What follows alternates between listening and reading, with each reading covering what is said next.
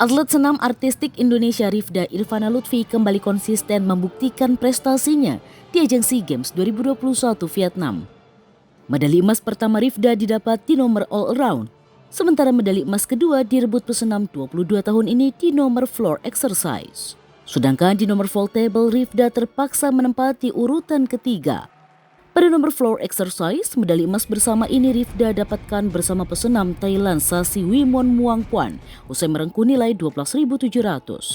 Sedangkan perunggu diamankan tuan rumah Nu Puong Pham dengan nilai 12.033. Beralih ke cabang olahraga akuatik, perenang nasional Nurul Fajar Fitriati bertanding di nomor 200 meter gaya punggung putri. Nurul mencatat waktu 2 menit 19,79 detik dan finish di peringkat 2. Nurul berada di belakang perenang Filipina Isleta Chloe Kennedy Ene, sementara peringkat 3 menjadi milik perenang Thailand Pilar Mia. Di nomor 200 meter gaya punggung putra, Farel Armando Tangkas harus puas dengan raihan perunggu dengan catatan waktu 2 menit 01,80 detik.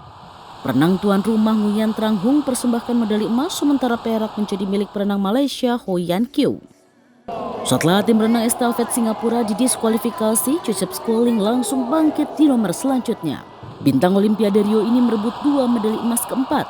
Di nomor 100 meter gaya kupu-kupu, Schooling tercepat dengan waktu 52,22 detik. Sementara di nomor 4 kali 100 meter medley, Schooling dan rekannya merebut medali emas dengan waktu 3 menit 37,69 detik.